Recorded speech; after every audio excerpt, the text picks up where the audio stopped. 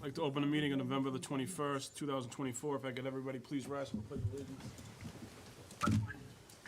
Pledge allegiance to the flag of the United States of America, to the republic for which it stands, one nation, under God, indivisible, with liberty and justice for all. Thank you. Committeemen Norco and Richardson will be participating in tonight's meeting remotely. Roll call, please. Mr. Bahu? Here. Mr. Moore? Yeah. Mr. Richardson? Mr. Richardson? Mr. Hogan? Present. Mr. Lemay? Mr. Narco? Here. Mr. Kitchen? Yeah. Mr. Sheehan? Yeah. Mr. Bahu, anybody signed up for public appearance? Yes, we have one person signed up tonight, Mr. Brad Buttenheis from 53 North Billerica Street, Lowell, Massachusetts. Perfect. You already have his name and his address. If you'd like to take a seat, sir. Good evening, everyone. Thank you. You got about 3 minutes. Thank you very Go much. ahead. Ladies and gentlemen, Chair, appreciate you having me. My name is Brad Butenheis. I'm the Executive Director of Lowell Litter Crew. We are a volunteer organization out of Lowell, and we host volunteer opportunities. Typically, we pick up trash somewhere in the city each and every Saturday from mid-March to Thanksgiving, and we've removed 300,000 pounds of trash from the streets, parks, and waterways of our city. I'm here today to discuss Operation Rosebud. It's a snow shoveling assistance program in conjunction with the Lowell Mayor's Office and Senior Center. We go out and provide snow shoveling assistance to elderly and disabled Lowellians in need of assistance. For free, we pair up volunteers. I'm here to ask for your assistance in contacting more students. I'm proud to say that Greater Lowell Tech has sent more students to us than any other school or body. We've got about 5 of our 30 volunteers each year have been students from GL Tech, but we'd love to expand that. We've got 30 or 35 seniors being served, and we've got a wait list of about 100,000. We can always use more volunteers. The way that the program works is every time the plows come out, we send the same volunteer to the same senior's house, and they shovel the sidewalk and a path to the door. That way they're not eligible to receive fines from the city, and they can get in and out in case of emergencies. And emergency services can get to them as well. So we'll be posting pretty soon on our social media. Again, Lowell Litter Crew, KREWE. We love our trash family, and any assistance in getting the students to understand our program would be appreciated. Sure. If you can leave your card with me, Absolutely. I'd be more than happy to put that on our school website and also put it on our social media platforms Thank you very much. and spread it around that you're looking for help. Just information where they can contact you to get involved in a project would be helpful. Awesome. More than happy to support you to Cool. get students. Would students shovel sidewalks near their home, or would they have to go sort of across the city or something like that? Thank you. Yes, we intend to pair students, especially as close to home as possible. We would assign them the nearest senior that requested help to make sure that the lift from them is as small as possible, and we will give them a shovel. Do you have any flyers or anything that? We do. They'll be on social media, Okay. and I'm happy to email those to you as well. That would be great. My email is on my card. Okay, perfect. And how do the seniors find out about that offer? Thank you. So the seniors, each year we add to our wait list. I haven't really even considered distributing this more effectively through the community of people in need because we can't satisfy the list that we've already got.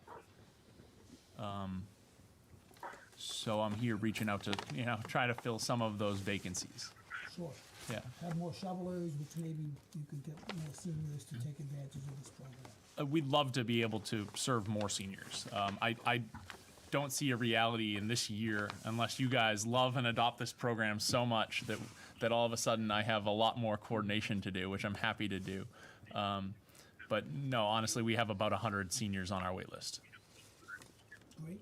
Thank you. Thank you very much. Thanks for coming. Thank you. Appreciate you having me. Thank you for the Do the invitation. best that we can to help you. Awesome. And I also appreciate a teacher here has donated some whistles to our Saturday volunteer event. We'll be doing traffic control for Dwelling House of Hope They're donating turkey baskets and food to over 3,000 families in Pawtucketville. So I've heard when I show up at 6:30 on Saturday morning that the line of cars will already be around the entire church. You'll see them down by Fields, the old Fields. Yeah, They're down there usually on a regular Saturday, never mind turkey giveaway. sure. So you'll see them down by 7-Eleven. Yeah. All right. Thanks for all you do. Thank you. Appreciate you. Thank you very much. sir. Thank Yep.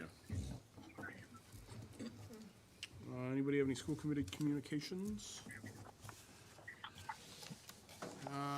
Report of student representative, Tyler. Chair is yours. All right, so my name is Tyler Pafcano. I'm going to say the organizations and clubs. The senior class planning committee is organizing a special fundraiser to support the senior events throughout the year.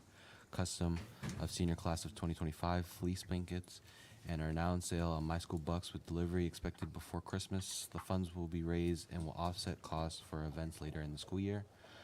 As we look forward towards Thanksgiving, the class planning committee are collaborating to bring Spirit Week to life from November 21st to 27th.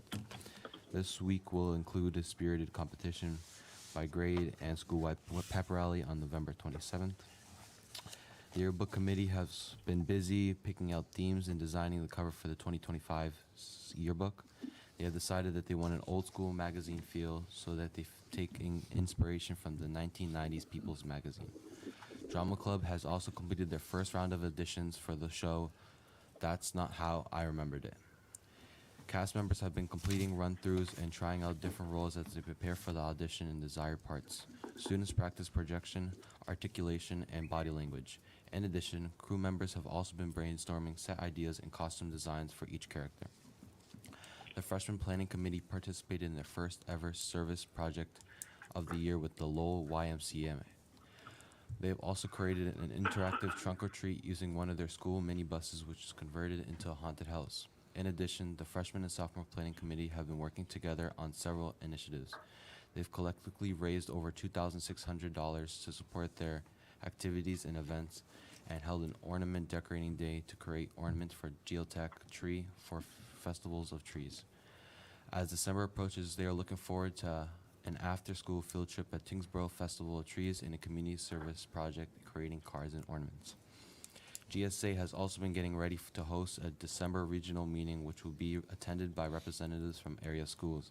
This meeting will allow students to interact with other students from GSA and discuss important topics to the LGBTQ community. National Honor Society has also been very busy this year. They've provided volunteers for a Geotech PTO craft center, created and sold National Honor Society keychains at the fair, launched a winter candy sale with Seas Candy to defer the cost of events, and created an honors help program to support the staff members.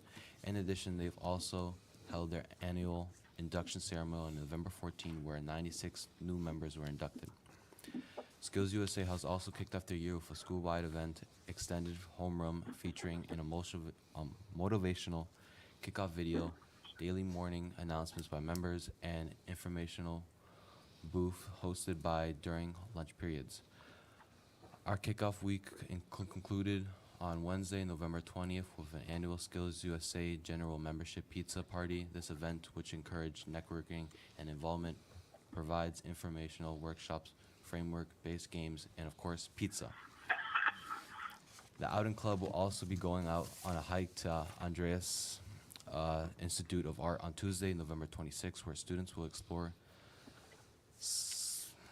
scenic trails featuring unique handmade sculptures. They've also planning an exciting December trip on Crotch Mill Farms, where students will enjoy a variety of festival activities, including a horse-drawn carriage ride to the farm's North Pole.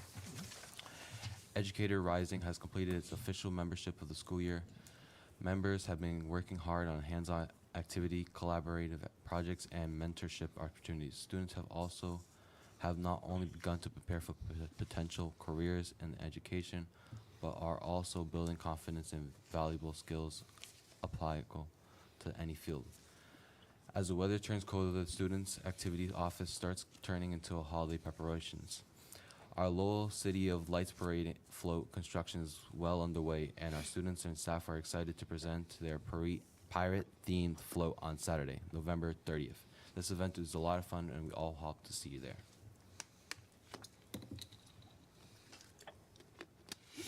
In athletics, in total this fall, Griffins have captured 3 CAC titles: girls soccer, girls, and boys cross country, to go along with the state vocational tournament championship girls and boys cross country.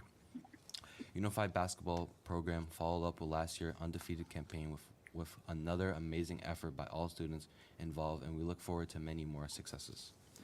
The competitive dance team has been preparing for all fall and upcoming competition season, with their first performance being on November 3rd in Edcott Invitational at Edcott College. The team has also performed all season long at our varsity football games. Field hockey continued to grow as they embarked on a 4-year of the program. The team fielded a solid group of players that completed hard in every contest, with Griffins reaching new high watermarks in the wins in a single season. The boys and girls soccer team has had a tremendous success this fall. The girls teams captured a 3rd straight CAC title and both qualified for the MIAA Division III state tournament. Cross country ran yet another year of successful campaigns. Both the girls and boys teams captured a CAC regular season title, the CAC League Meet Championship, and as well as the State Vocational Meet Championship. In addition, the boys, girls, and boys teams finished up as a runner-up at the MIA State Meet on November 9th. Golf had their best season since the program's inception 7 years ago. The team secured the most match wins in the program's history and followed up with that with solid finishes at both CAC and state vocational matches. The team also qualified for their first ever MIAA state tournament appearance. Girls volleyball had a successful tournament. The team netted 14 wins on a year and qualified for the MIAA Division III state tournament, where they advanced to the second round. The cheer team did a tremendous job this season, placing first in the CAC League competition on November 9th. The team also qualified for the Division I regional and state competitions, and they won. Right. Football finished with a regular season of 7-1, which both qualified for both the MIAA and state vocational playoffs. The team unfortunately lost both, and they go on to hopefully defend their cup at Mill City Cup at annual Thanksgiving Eve clash with Flow Catholic on November 22nd, being placed this year at Collie Stadium. Thank you. Great job, Tyler. Good job. Thank you, Tyler. Appreciate it, man. Yeah.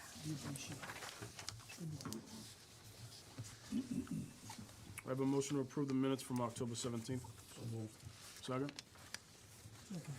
All in favor, say aye. Opposed, say no. Aye.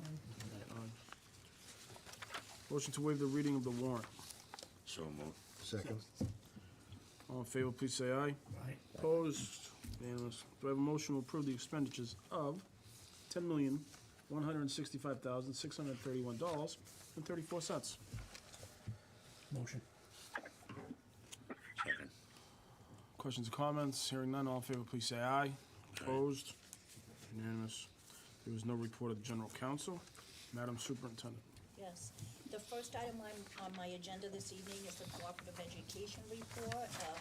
The report that's in your packet currently indicates 208 senior students participating in our cooperative education program as of the end of October. However, I'm always happy to report that to date, there are 234 senior students out of 564 participating in co-op, which is 41.5% of the class of 2025 are currently on co-op. A copy of the co-op report is in your packet. And again, thank you to Stacy and Brian Jones, who are working diligently to get our seniors out on co-op, and soon our juniors will be out on co-op as well. The next item on my agenda, I would like to ask the Title I facilitator and grant writer, Cheryl Bomo, to join us to speak about CTE Skills Capital Grant Award, but before she does that, I just wanna acknowledge Cheryl for all the hard work she has done over the last several years acquiring grants for our school community and our students, equipment, curriculum, space, enhancing space. So we appreciate Cheryl and all of her efforts to acquire grants to add to the education and school community of our students. So thank you, Cheryl, for all that you do. It's greatly appreciated. And I'm gonna turn the floor over to you to speak about the CTE Skills Capital Grant Award. Thank you, Superintendent Davis. Good evening. I'm happy to announce that Greater Lowell Tech has been awarded $1 million from the Skills Capital Lab Modernization Grant. This grant supports the purchase of equipment to upgrade and expand career technical education programs aligned with our regional economic and workforce priorities. Greater Lowell Tech will use this $1 million to make improvements to our electrical program by expanding and remodeling the electrical shop space. We will also install workstations to accommodate 5 additional students each week with hands-on training aligned to the Massachusetts Chapter 74 vocational standards. In addition, we'll purchase state-of-the-art equipment in order for our students to continue to build their skills that match industry needs, preparing them for the real-world demands and ensuring they have the high skills employers are seeking. Thank you. That's great. That's awesome, good work. 10 more students. 5 each week. 5 each yes, week. Yes, That's great. Congratulations. yeah. Thank you. I'm sure Again, it thank takes you a to lot. Cheryl, yes. I'm sure it takes a lot to put this grant in, Yeah. and the needs to go ahead and meet the application standards, as well as the time, hoping that everything is in, and then waiting to see if we can get approved to something like this. I mean, this is by far one of the very best grants we've got in the 13 years that I've been on the school committee. And hard work truly pays off, and it will prove to be very beneficial for our students here at Greater Lowell Tech, much like that. So, thank you. Well, thank you. It's a pleasure working here, and I love this school. So It just seems thank like you. every month we keep getting grant after grant after grant, so it's just, you're doing an unbelievable job, so just thank you. Get it while you can. That's right. Again, Don't thank last you, forever. Cheryl, we appreciate all that you do. We sure do. Thank you. Well done. Thank you very much. Thank you. Thank you, Cheryl. Thanks. Okay, the next item on my agenda, I'd like to ask our Director of Curriculum Instruction and Assessment, Mr. Greg Haas, to join me and co-facilitate this next presentation on admissions data and our updated admissions policy, which Thank you very much. at the end of my presentation, I'll be looking for approval and a vote. So I'd like to begin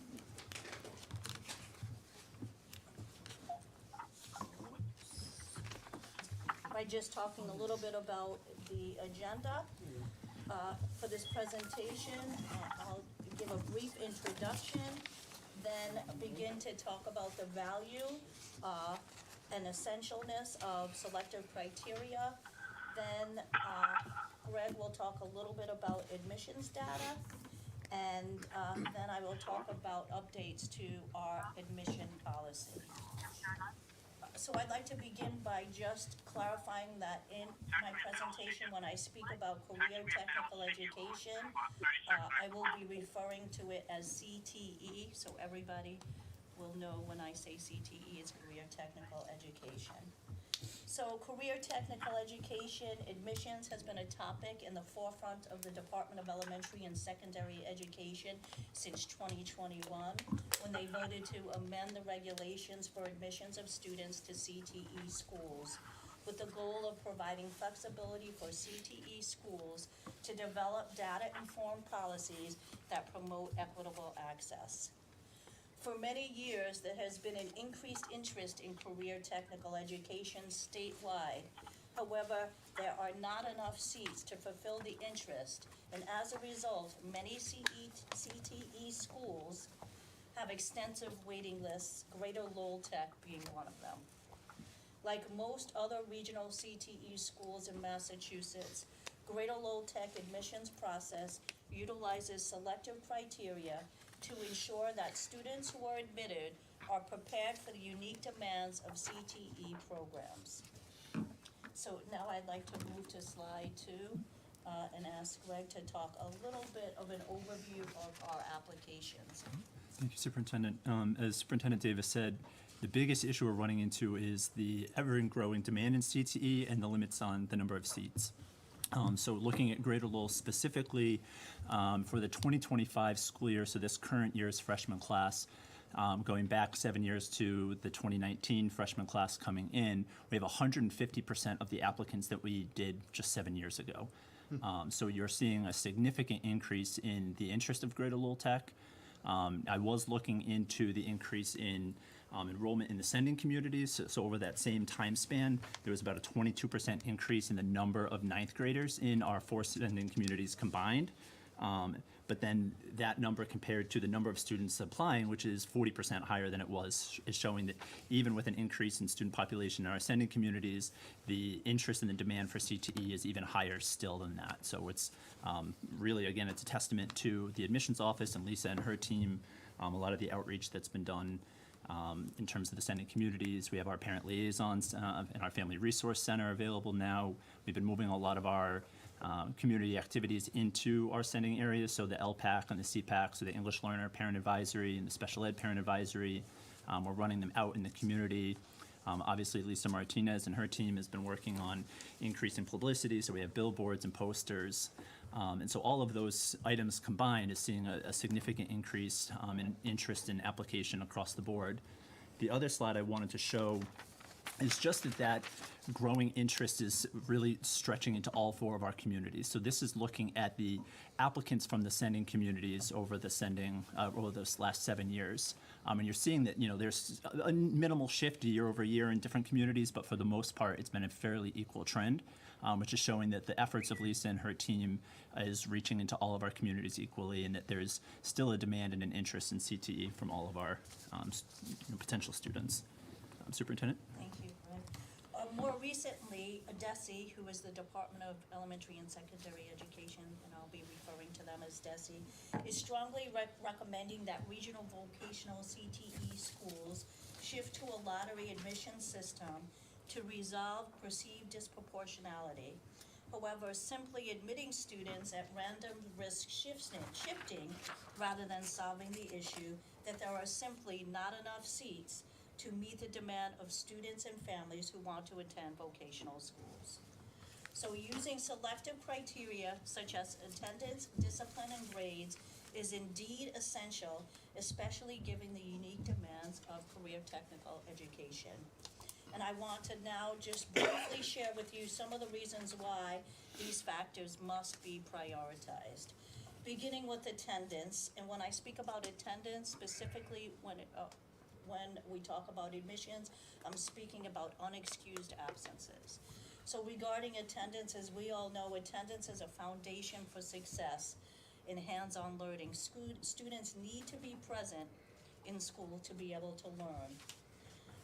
Currently, DESE holds schools accountable for attendance, and this year, DESE has put a focus on attendance with the idea of the power of presence is essential.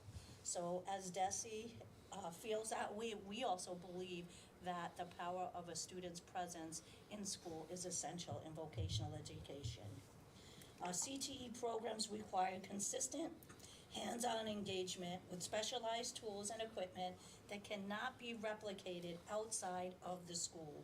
In traditional academic settings, missed work can often be made up with tutoring or assignments completed at home. However, in CTE, the practical skills taught through direct experience are irreplaceable. Students who do not consistently attend school miss essential training, which can hinder their skill development and impact their progress. Instilling professional responsibility. Attendance also helps to instill professional responsibility. Regular attendance is not just a matter of school policy, it mirrors the professional expectations students will encounter in the workforce. The CTE programs at Greater Lowell Technical High School aim to develop a future workforce ready for skilled trades where punctuality and reliability are critical.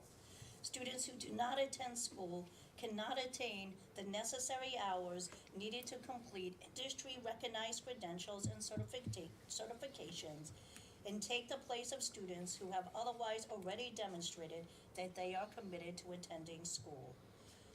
For example, some of our programs require hours. We look at cosmetology, look at electrical, look at health assisting. They need to be here to earn those hours and earn their credentials. So by prioritizing students who have demonstrated consistent attendance, Greater Lowell Technical High School fosters these essential traits early, preparing students for cooperative education, which are our paid work experiences, and successful transition to the workplace. We also get feedback from our current co-op employers as well as our advisory members telling us that they prioritize students who will show up for work. You have to show up for work every day. So that's some of the feedback that our employers are giving us, that they value attendance as well. And we are preparing kids for the world of work and competitive employment. That's why a focus on attendance for admission is essential. Next, I'll be speaking a little bit about discipline. Ensuring safety and professional readiness is essential. This is safety. We're in a very complex learning environment. CTE programs often involve complex and potentially dangerous equipment. From operating machinery to handling power tools, vocational training demands a high level of responsibility and self-regulation.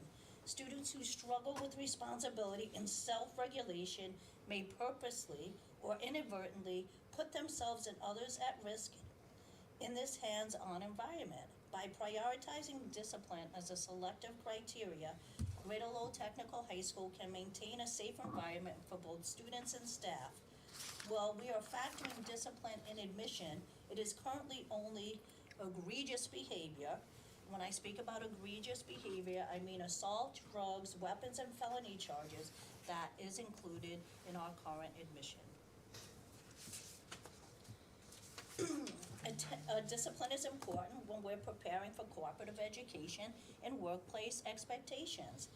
The discipline required in CTE programs aligns with workplace expectations. Vocational training mirrors the behavior standards found in skills trades where employees must follow regulations, respect procedures, and demonstrate professional conduct.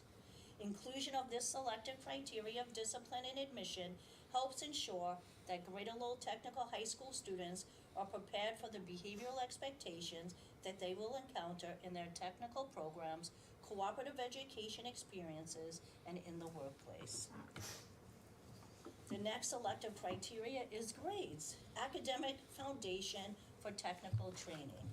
Passing grades indicates a student's academic readiness, motivation, and ability to meet the challenges of both the academic and technical aspects of a CTE program. Vocational training isn't just about hands-on skills. It often requires foundational knowledge in areas like math, literacy, and science. For example, fields like automotive technology, engineering, and healthcare demand a solid understanding of mathematics and literacy to interpret measurements, follow instructions, and grasp technical concepts. Students with passing grades have demonstrated that they possess the essential skills needed to succeed in these areas. The ability to handle dual demands. CTE programs at Greater Lowell Technical High School integrate both academic and technical instruction.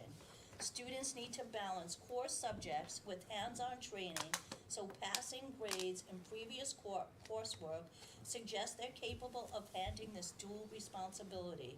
Without these foundational academic skills, students may struggle to keep up with the curriculum and the technical demands of the program.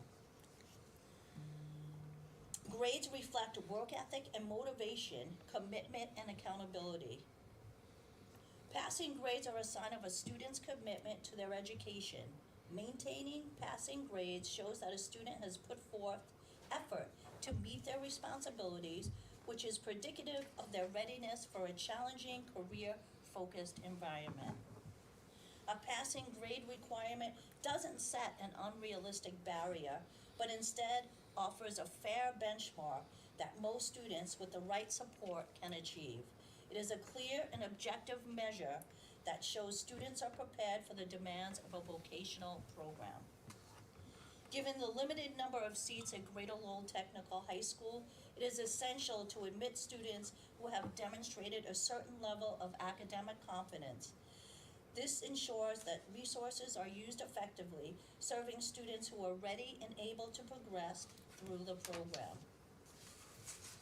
Admission criteria, including passing grades, ensures that students who truly want to succeed in a technical field have the chance to do so. As a vocational institution, Greater Lowell Technical High School's mission is to train students in specific trades. Genuine interest in CTE programs is essential for both students and teachers to achieve successful outcomes. Students and families should choose Greater Lowell Technical High School because they want a career-oriented education, not simply as an alternative to a traditional high school.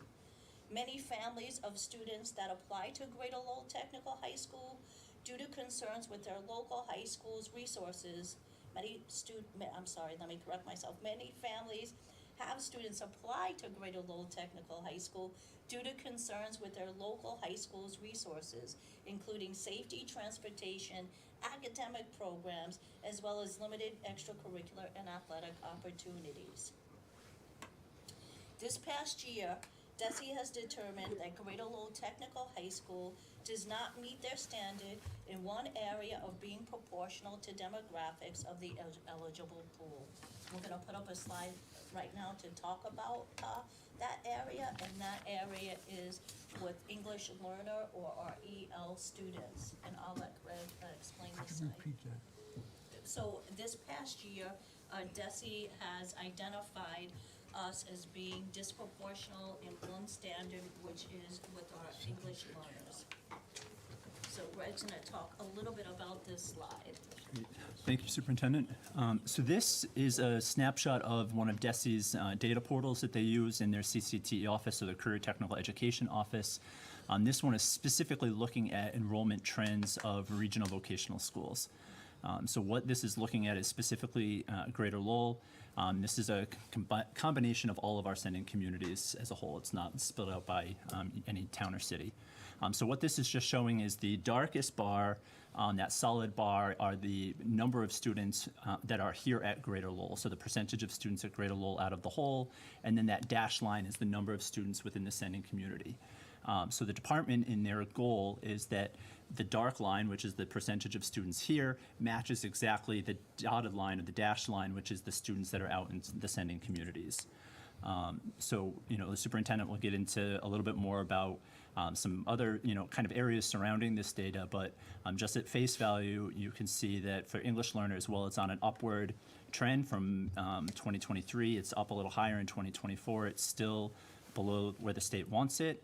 They're really looking at kind of a trend or multi-years of being below, which is why it's just English learners, because you can see that for this last year, we dipped a little bit below for students with disabilities, but that's negligible, and we already do anticipate, and Lisa Martinez can probably speak to this more, just an increase already based on the efforts that the admissions team has done this past year. Lisa, do you want to share anything about the data for this year?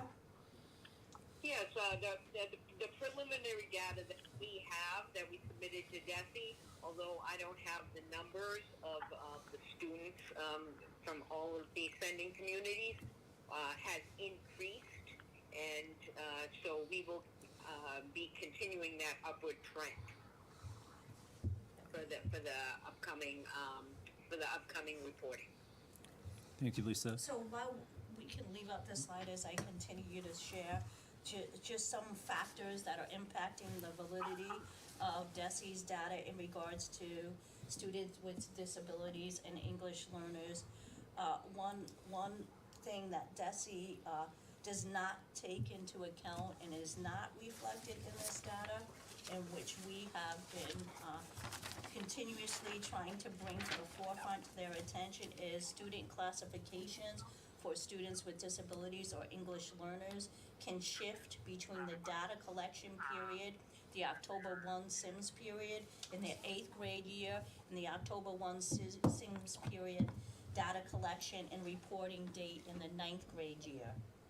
For example, a student initially classified as an English learner at the time of acceptance may be flipped, and the word flipped would mean reclassified as formerly limited English proficient due to summer access testing results. Also, a student with disabilities may exit special education status after a reevaluation.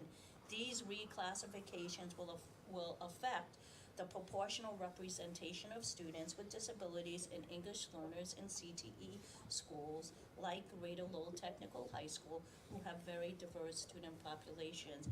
And this is actually a flaw in the data that needs to be looked at, and that needs to be considered before they make the claim of being disproportional.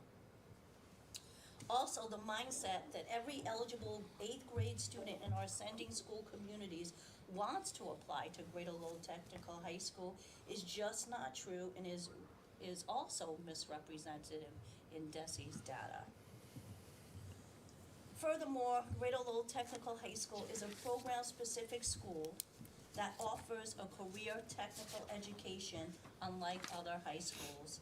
Several of our sending communities have program-specific schools offering specialized programming such as alternative schools, accelerated academic schools, and use selective criteria. Just something to think about as well. In closing, shifting to a lottery system at Greater Lowell Technical High School might seem to promote fairness. However, it may fail to address the root cause behind the slight disproportionality currently observed in DESI's data. For example, disparities in early academic preparation and supportive services for students with disabilities and English learners impact a student's readiness for CTE, and randomly admitting students without regard to these factors could lead to higher dropout rates or underpreparedness, ultimately affecting both individual students and the overall effectiveness of CTE programming at Greater Lowell Technical High School. Attendance, discipline, and grades are not merely an arbitrary barrier. They are essential qualities that contribute to a productive, safe, and effective learning environment in a vocational setting. But by maintaining or upholding selective criteria and continuing to focus on supportive pathways for students with disabilities and English learners in collaboration with our sending middle schools, Greater Lowell Technical High School can better serve its mission in a way that aligns with the needs of its students and community. This approach prioritizes both the well-being and preparedness of all students while upholding Greater Lowell Technical High School's commitment to high standards and safety in vocational education. In doing so, Greater Lowell Technical High School not only prepares students for technical careers, but also fosters a skilled, reliable workforce for the future. Moving forward, Greater Lowell Technical High School is committed to making their admission process inclusive for all students while maintaining high standards. To this end, we propose submitting an updated admission policy for committee approval. This policy incorporates findings from the data and analysis that of the data that we were able to obtain, and aims to address disproportionality without compromising program quality or student preparedness. So now I'm prepared to talk to you about some of the changes that we're going to have in our admissions policy, and I think you have them in your packet. So I'm just gonna highlight overall the general changes to the admission policy. Greater Lowell Tech has eliminated the requirement of a recommendation from a counselor in order to seek admission. This is on pages 8, 9, and 12. So the guidance counselor recommendation has been eliminated. We believe that this is something that is subjective, and after looking at the data, we made the decision to remove this from our admissions policy. When evaluating criteria based on a point system, we have increased the points awarded to grades in academic subjects. As such, applicants shall receive higher points for grades such as C, which now will receive 7 points, and D, 4 points. So we raised and gave higher points for grades. Greater Lowell Tech has allowed an equivalent course to be considered in the application process rather than focusing only on the core areas of study. Thus, Greater Lowell Tech has added the words or course equivalent in the event the learner is engaged in an alternative course. So on pages 4, 7, and 9, you will see the language added or course equivalent. We have also increased the threshold for unexcused absences, understanding the complexity and trends of school attendance in the last few years and at some of our sending schools. This is on page 11. And I can get into, actually, if you look at page 11, you can see where we increased the points. I'm gonna look at that because it's not on my. He went from Yeah. 18, Yeah, 18 so to 20 to 18 if you to look at 27 page on that. 11, sorry, 11, you could see we went from 18 unexcused absences, giving an applicant 10 points, to 27 absences, and then any absences 28 or above is 0. And that took into consideration chronic absenteeism, which is 18 days or over. We included 9 days, which is half of 18, for the half of the year of the 8th grade year. That's just unexcused absences. This is only So if they have a unexcused- note, we don't have to worry about this. Exactly, that Okay. would be an I excused just want that, absence. everybody to be This clear is with that. specifically unexcused absences, yeah. Could you just define for me what is an excused absence at the 8th grade level? We don't receive the note, they do. No, right, so it's up to them to excuse the absence. We take the applicant's records and we score it based on the records and what's been reported and recorded at their sending middle school. So that issue has to be addressed That 8th issue grade. is addressed in 8th grade, yes, based on their 8th grade middle school's attendance policy. Thank you.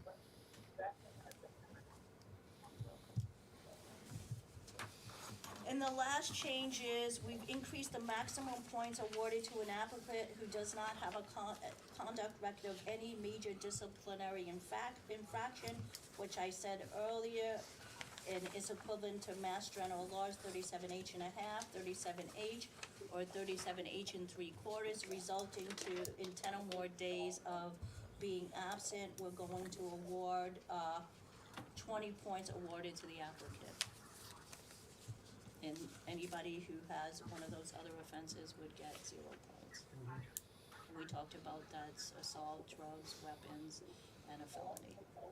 And that would be 7th or 8th grade, correct? Second half of the 7th grade, That would be First- 7th or 8th grade, yes. second half of the 2nd grade, Yes. and then first Every- half of the 8th grade. Yes. Excuse, are there any suspensions involved in here? So just like I said, we could only include conduct in regards to drugs, weapons, assault, or a felony, which is 37H, more than 10 days, 37H, 37H and a half, 37H and 3/4, more than 10 days. That's per deci, correct? Yes, Okay. that was based on. That would happen a couple of years That was back, based correct? on the new changes by DESI. Yeah. So we have made an adjustment to our discipline points accordingly. So those are the major changes to the discipline policy. There are some other minor changes that I'll quickly go over. For example, on page 1, the approval date of November 21st. There's a date change in changing the words filling out to completing the form. On page 5, adding the Director of Curriculum Instruction and Assessment to the Admissions Committee. On page 7, changing the application due date to February 3rd, 2025. On page 9, under late applications, changing February 1st to February 3rd, 2025. Again, another date change on page 13, changing February 1st to February 3rd. And on page, under, I'm not sure if I have the page number for that. It's on page 13, under section 8, exploratory program, eliminate the word efficient, replace with the word correct, and eliminate the word use after materials. In addition, eliminate employability skills and replace with responsibility and following instructions. So those were the other word and date changes within the policy. And I just want to say in closing, the mission of Greater Lowell Technical High School is to prepare students for success in technical fields. Adopting an admission policy that prioritizes safety, readiness, and commitment ensures that we serve our students and the broader community effectively. And that is our presentation on admission, and that is our proposal on the updated admissions policy. And I would ask for your approval on this policy, and we need a vote. Yes. I made a note. You said that, at least I want to clarify, I thought you mentioned that the state Department of Ed assumed or assigned all 8th graders were applying?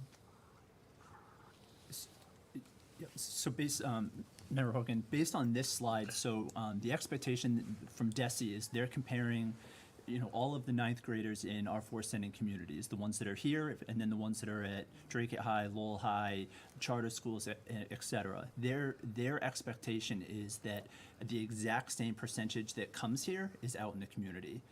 So like digging in deeper into the data, like for English learners, for instance, there were 336 English learners between the city and the different towns last year. Based on their calculation, DESI expected 101 of them. That's how granular they're getting, to the point that they are saying, well, there's 336 in the community.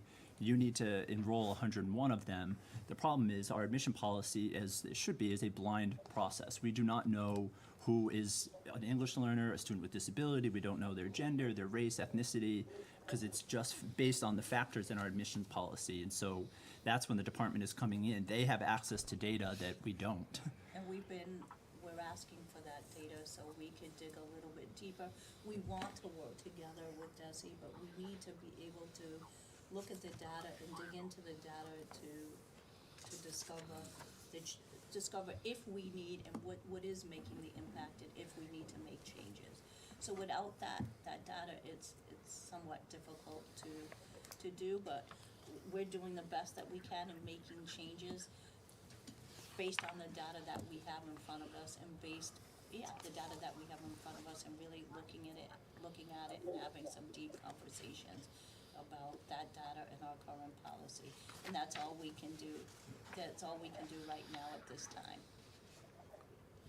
It just seems odd that they make that assumption.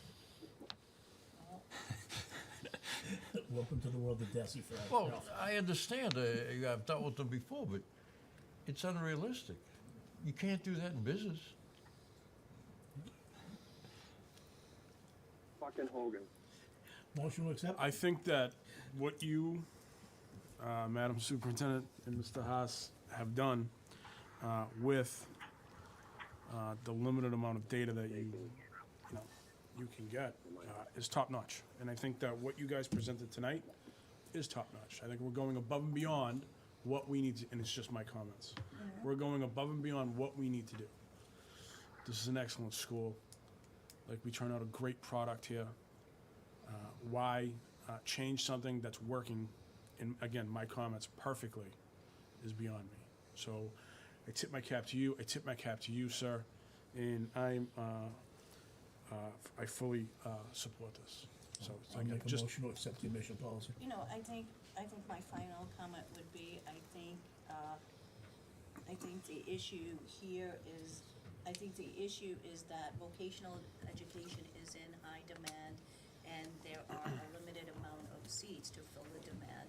And until we can build more schools to have more seats, there's going to continue to be a problem, and there's going to continue to be waiting lists of students who want a vocational education. So I think that's the problem that the state should be focusing on. How do we create and how do we build capacity for vocational education? I mean, the number just shows that 6 years ago, from now to, it's up over 500 applicants. That's basically your whole class. We have increased our student population to allow for more seats. We are at maximum seating capacity ourselves. And I think the state really needs to look at that. Vocational education is in high demand. Students are successful. We are doing incredibly well as a vocational technical high school. And they really need to look at increasing capacity and creating more seats and building more schools. Is there a second to Mr. Gitchia's support? Yes. Go ahead. One more comment. I think you're exactly right, that you need to have more physical space to get more students. They're trying to shoehorn this situation. I don't think it's gonna work. So what is the problem of getting more seats or more facilities, not just here, throughout the state? That's where you I need, mean, I'm not other sure schools that's are I think experiencing that's the a same question. thing. I think that's a question for the state. Well, I think the administration who's dictating policy through the Department of Education has to look at funding. They found $1.3 billion last year. Why can't they find half of that for education in the next year? I think you're making some very good points, Mr. Hogan. I think you're making some. It good is at the points. Capitol, though. It is at Beacon Hill. And I think we've been advocating for that. We will continue to advocate for that, to build more schools. Could I give you a question to ponder for next meeting? Would you be opposed to eminent domain process if we have to expand the school? But we should just take Vespa, Ralph. That's a great idea. We'll take the houses and put them out of school. I didn't say that, but if that's what you want to do. All right, You let's were the vote. not in so many words. Let's vote on this first, and we'll talk about that and taking over Vespa later on. Roll call. Mr. Bahu? Yes. Mr. Moran? Yes. Mr. Richardson? Mr. Hogan? Yes. Mr. Lemay? Yes. Mr. Narco? Yes. Mr. Getchia? Yes. Mr. Sheehan? Yes. Very good. Lisa, Lisa, great job by the administration also. Yeah, yeah. By the Thank you, admission Lisa. administration.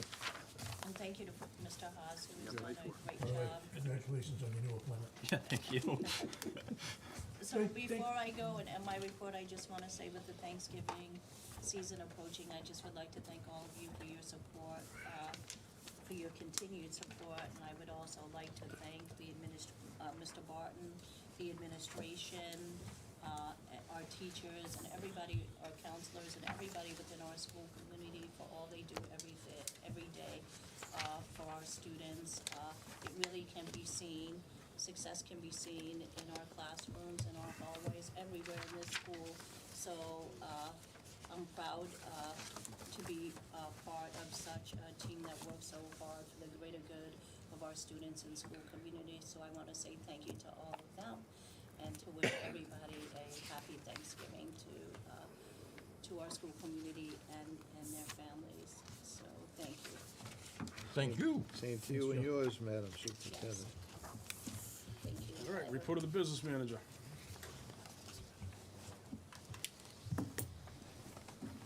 Just have one item this evening, and that's a list of budget transfers. We've got most of our teaching staff in place, and column moves are done for the fall, so we had some salary adjustments, and then just as we're moving through the budget, finding areas that might have been a little bit light or a little bit over in their funding. Motion to approve the budget transfer of $340,912. Second. Questions, comments? All in favor, please say aye. Aye. Opposed? Unanimous. Thank you, sir. Thanks, Mike. Anything under old business? Hearing none. Anything under new business? Hearing none. Committee person motions. Due to an overlap of the school committee on the meeting with the 8th grade open house, I would like to entertain a motion to change the December 12th school committee meeting to December 19th. So moved. I thought we did it already, but yeah. Thank you. Thank you. Questions or comments on that? All in favor, please say aye. Opposed? Unanimous? Just want to wish everybody a very happy, healthy, and safe Thanksgiving, especially to all the men and women in this room. I am thankful for all of you guys, especially the Lowell delegation. You guys, top notch. Motion adjourned. Thank you, Mr. Chairman. You're welcome. Motion to adjourn. All in favor? Aye, opposed, unanimous. Thank you, everybody. Good night.